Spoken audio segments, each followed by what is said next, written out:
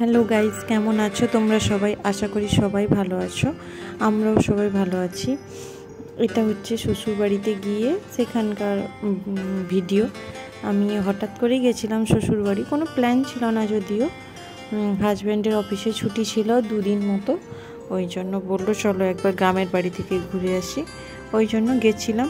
আর এমন সময় গেছিলাম, ওই টাইমে বৃষ্টিও হয়েছিল, হালকা পাতলা বৃষ্টি হয়েছিল। যদিও ওই বৃষ্টির দিন হঠাৎ করে ননদ আবদার করলো, বৌদি নিমকি ভেজে খাওয়াও। ওই জন্য ওই যে নিমকি ভাজছি দেখো।